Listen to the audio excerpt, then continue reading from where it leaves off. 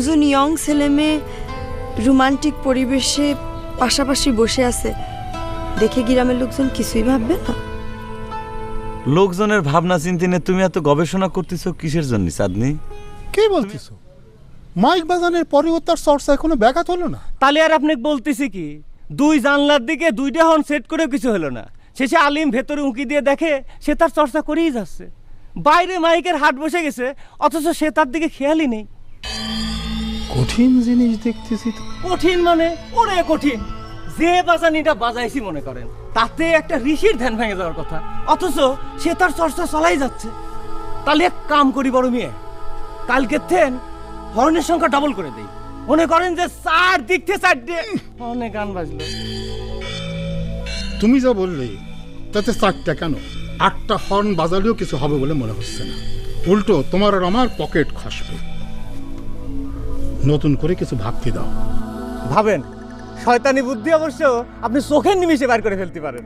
এই, তুমি শয়তানি বুদ্ধি বলতেছো কেন? কুলসুম বেগমের ছেলে আমাদের যে রিস্কের মধ্যে ফেলেছে, সেই রিস্ক থেকে উদ্ধার হওয়ার বুদ্ধি। রিক্স মানে সেই রকম রিক্স। কুলসুম ভাবির এক পাশে আপনার বাড়ি আর এক পাশে আমার বাড়ি, মনে করেন যে এইভাবে যদি চলতে থাকে তাহলে আপনারও 2 কান যেরকম চলে যাবে, আমারও 2 কান যাবি। তো তুমি কুলসুম বেগমরে যায় বলো আমি দেখা করতে বলেছি। বুদ্ধি পেয়ে গেছেন নাকি বড় মেয়ে? সুন্দর একটা বুদ্ধি, সালাম দেওয়ার বুদ্ধি। তোমারে পরে বলবো, যাও। আচ্ছা বলেন তো, এই যে আমরা পাশাপাশি বসে রয়েছি, এটা দেখে গ্রামের মানুষ কি ভাবতেছে?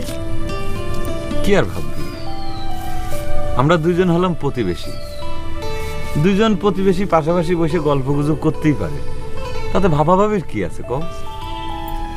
আচ্ছা আপনি কি বলেন তো, ইরাম ভেদা মাছের মতো ভাব নেন কেন? দুজন ইয়ং ছেলে মেয়ে রোমান্টিক পরিবেশে পাশাপাশি বসে আছে দেখে গ্রামের লোকজন কিছুই ভাববে না?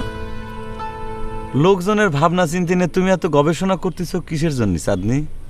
তুমি আসলে কি কথা কওয়ার জন্য আমারে ডাকিছো সেই কথাটা কও তো। আপনাকে যে বলেছিলাম আপনার সঙ্গীত চর্চা খানিকটা ফিতে তুলে দিতে, সেটা কি তোলা হয়েছে? আমি জানতাম, সেই জন্যই তুমি আমারে ডাকিছো।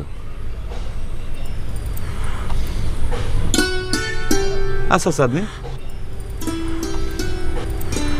আমার গলা রেকর্ড করি না তুমি কি করবা কত?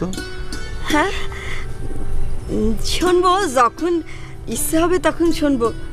ইচ্ছে করলে তো আর আপনাকে পাওয়া যায় না, তাই আপনার সুরের কিছুটা ক্যাসেটে তুলে রাখলাম।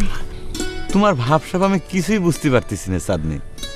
যাই হোক, এই ক্যাসেটের মধ্যে ভোরের রাগ, ভৈরবীর ওপর একটা আলাপ রেকর্ড করা আছে। তাহলে আমি গেলাম। যাচ্ছেন মানে?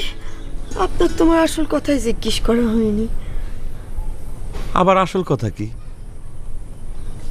যে জন্যে আপনাকে ডাকেছিলাম, একটা কোশ্চেন ছিল আপনার কাছে, কোশ্চেনের উত্তরটা জানার জন্য ডাকেছিলাম।